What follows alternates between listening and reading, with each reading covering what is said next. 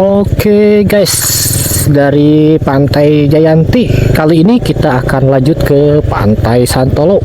Dan rencana saya kali ini mau ke Pantai Karangparanje dulu guys, mau ngecamp di sana. Mudah-mudahan kuat. Jarak dari sini ke Karangparanje itu 66 km.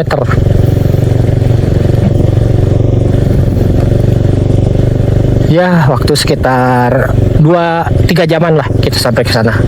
Sepertinya kita langsung lanjut saja ke Pantai Karangparanje. Kenapa ini harus balik lagi? Salah jalan kita.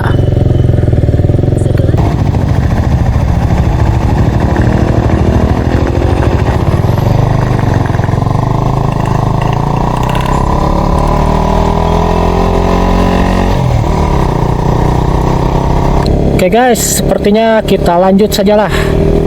Gak bakalan istirahat di jalan karena ya jaraknya juga cuma 66 km. 66 km di sini sama di kota itu beda guys. Kalau di sini 66 km itu bisa cepet karena jalannya itu relatif lurus-lurus, terus jalannya juga bagus. Gak seperti di kota. Di kota mah 66 km itu bisa menghabiskan waktu sampai 4 jam gitu guys. Enggak di kota sih, seperti jalur Garut gitulah atau jalur Tasik gitu. Kan di sana mah jalannya ramai. Ya lumayan lama. Kalau di sini mah enggak, agak rintik-rintik, gerimis-gerimis. Tapi mudah-mudahan lancar guys, nggak hujan. Baru sekarang ini perjalanan malam lagi. Sebenarnya saya itu menghindari perjalanan malam kalau di jalur ini. Tapi kalau di sini ya nggak apa-apa lah, karena di daerah Sindang Barang ke sana udah lancar jalannya. Dan baru beberapa meter kita berjalan dari Pantai Jayanti, saya menemukan hal yang sedikit menjanggal guys. Bukan janggal ya, sepertinya ini fenomena yang sudah biasa. Tadi kan kita waktu di Pantai Jayanti itu kemarau guys, gak hujan. Tapi ketika saya berjalan beberapa meter, mungkin ada sekitar 40-50 meteran, jalan ternyata sudah banjir guys. Hujan deras guys. Kenapa bisa begitu ya, aneh. Sebenarnya saya itu paling menghindari perjalanan sambil hujan-hujanan guys, karena banyak peralatan elektronik saya yang tidak waterproof guys, seperti charger motor dan juga mikrofon yang sedang saya pakai ini. Tapi ya bagaimana lagi guys, karena ini kondisi sudah malam, jadi saya tidak mungkin untuk menunggu gitu guys. Dan kalau saya pun harus menyewa penginapan, aduh males guys, harus bayar lagi. Sedangkan sekarang ini saya itu lagi ngirit guys, aduh. Sebenarnya saya itu sedikit tegang guys melakukan perjalanan malam dari Pantai Jayanti menuju ke Pantai Santolo. Konon katanya, menurut kabar yang saya terima dari warga lokal orang Cidaun gitu guys, kalau di daerah sini banyak sekali begal katanya guys. Makanya kalau malam-malam itu jalannya itu sangat sepi guys. Tapi ya bagaimana lagi guys, jadi la haula saja guys lah, segimana nanti saja guys. Tapi alhamdulillah saya di tengah perjalanan menemukan seorang pemotor yang baik hati guys. Dia bukan mampir tapi minggir ya guys, dan saya juga kebetulan minggir karena hujan, jadi saya berteduh bersama. Dan akhirnya dia, Kang kita riding bareng yuk biar nggak takut gitu. Ya saya dengan senang hati menerima guys ya, dan ternyata dia adalah seorang keluarga yang mau menemui saudaranya yang sedang sakit di daerah Garut.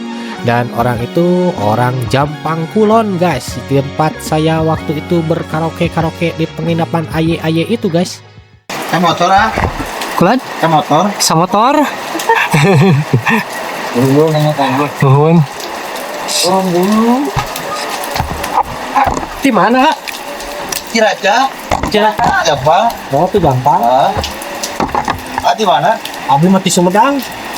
Sumedang. Nuhun. Abi di tos itu di Sawarna. Oh, Sawarna ngomong itu. Banten. Nuhun. Di Papai lah. Kita lanjut lagi.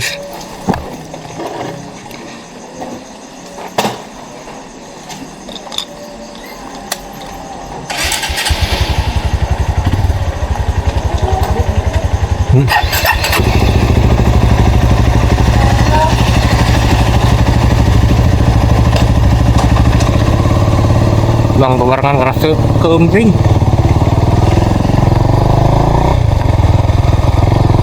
Dan perasaan saya di saat itu sangat lega sekali guys.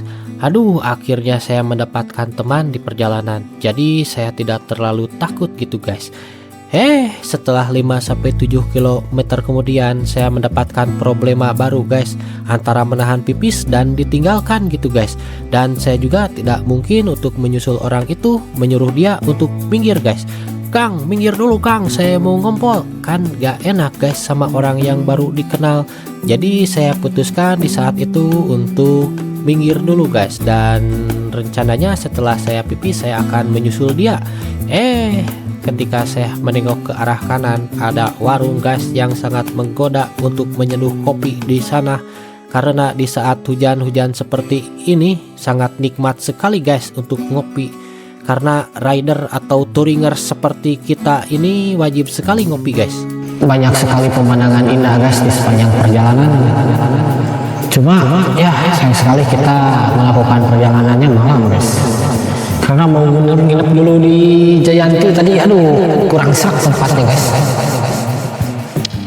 Kita ambil dulu lah, istirahat dulu di sini sambil ngopi tuh di warung guys.